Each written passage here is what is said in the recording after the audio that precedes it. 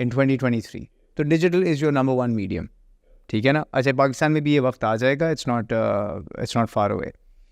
अच्छा, digital medium को सबसे ज़्यादा कौन समझता है? जेन जी और प्रॉबली सम मिलेनियल्स, क्योंकि they are the heaviest users of those mediums In terms of consumption, yes. In terms of consumptions and behaviour and habits.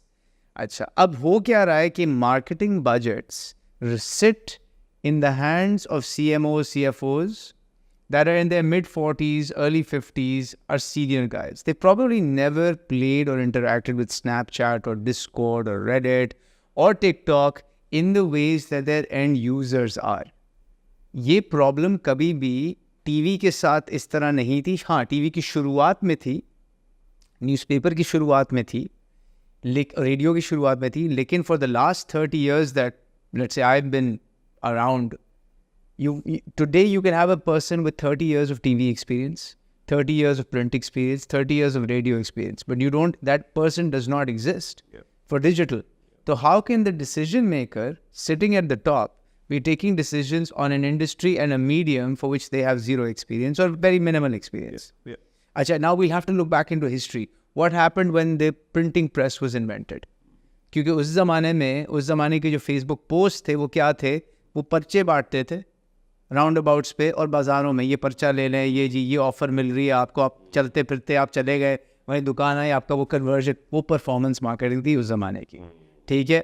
इसी तरह रेडियो पे अनाउंसमेंट्स होते थे, कॉल नाउ, ठीक है, आप घर पे रेडियो सुन रहे हैं, आपने वहीं फ़ोन उठा के फ़ोन कर लिया. फिर टीवी आया, टीवी की लिमिटेड ट्रांसमिशंस आई, ट्रांसमिशन के अंदर आप एक ब्लॉक ऑफ टाइम ख़रीदते थे, उस ब्लॉक ऑफ टाइम में अपना आप माल बेच सकते थे, और वो कॉल के थ्रू, जो होम शॉपिंग नेटवर्क वगैरह चीज़ें थी. तो ये एक नॉलेज इनका डेवलप हुआ विथ टाइम. अभी हम एक नॉलेज डेफिसिट पीरियड से गुजर रहे हैं, जहाँ पे एक मीडियम पे स्पेंड ज़्यादा है, और जो स्पेंड पे फैसला ले रहे हैं उनकी नॉलेज उस मीडियम की कम है. वो डेफिसिट फिल कैसे होगा? देखिए, वो डेफिसिट है मेरे हिसाब से, it's a chicken and egg thing, लेकिन I think if I have to say, hire a very well rounded chief of marketing. So you're saying then the generalist is the better one in this case?